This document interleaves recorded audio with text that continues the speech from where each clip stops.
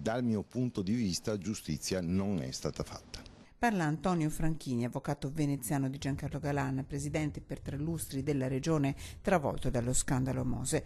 Un anno fa la richiesta della procura lagunare, il 22 luglio per lui si aprono le porte del carcere di Opera a Milano dopo un tesissimo voto alla Camera.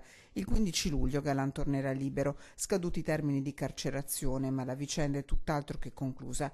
12 mesi che hanno cambiato il Veneto con i 35 arresti scattati all'alba del 4 giugno e una raffica di denunce. Avendo trattato personalmente Tangentopoli 20 anni fa, potrei dire che la gran parte delle caratteristiche è simile, per non dire uguale. Così un anno fa Carlo Nordio, procuratore aggiunto della Repubblica di Venezia. Quel mercoledì in carcere finiscono l'ex assessore regionale ai trasporti Renato Chisso, il consigliere regionale PD Giampiero Marchese, ex magistrato LEACO, un generale della Guardia di Finanza. Agli arresti domiciliari nel suo palazzo affacciato sul Canal Grande anche il sindaco di Venezia Giorgio Orsoni.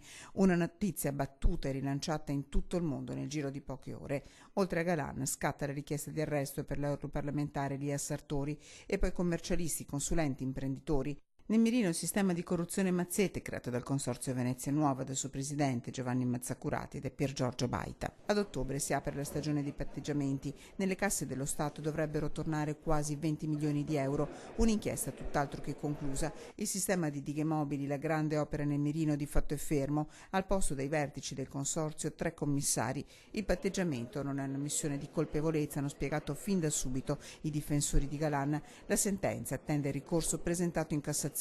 La giustizia, secondo Franchini, aspetta. Quello che resta, a distanza di un anno nei difensori, ma credo anche nello stesso Galan, è un senso di amarezza e di incompletezza.